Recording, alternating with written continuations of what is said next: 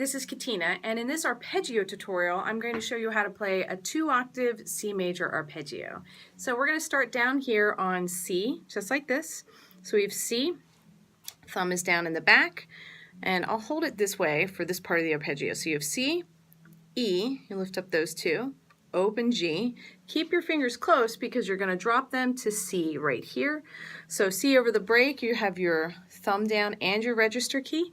Then you have C, E, lift up those two, then G right here, and then high C, which is just your thumb and register in the back.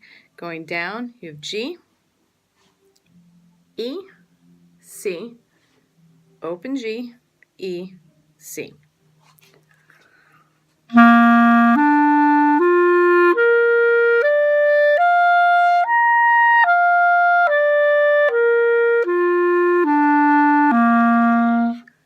And that is your C major arpeggio. Thanks for watching. If you have any questions about any kind of clarinet technique you would like me to cover, please comment below. Please subscribe. Bye.